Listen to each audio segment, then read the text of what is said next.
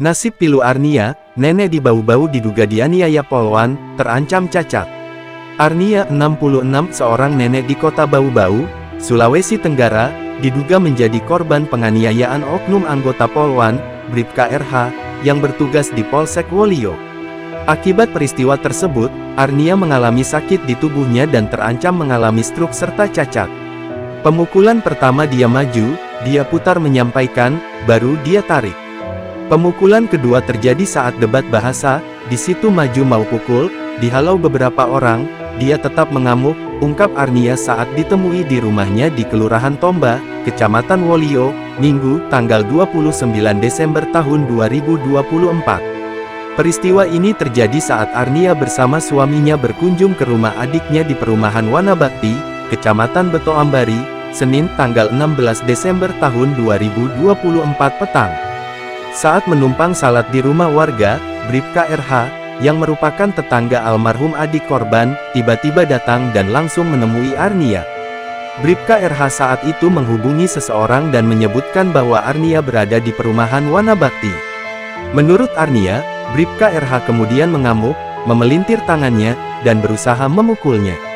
Saya sampaikan tidak usah ikut campur, dia putus urat malumu, ini urusan adik beradik, tegasnya.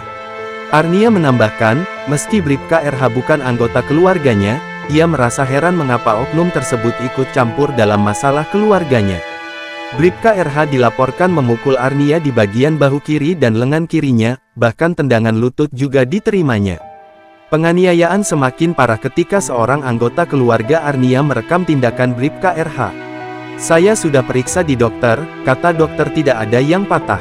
Dokter ahli saraf bilang saya terancam bisa terkena stroke dan cacat, tambahnya. 2 hari setelah kejadian, Arnia melapor ke Polres Bau-Bau.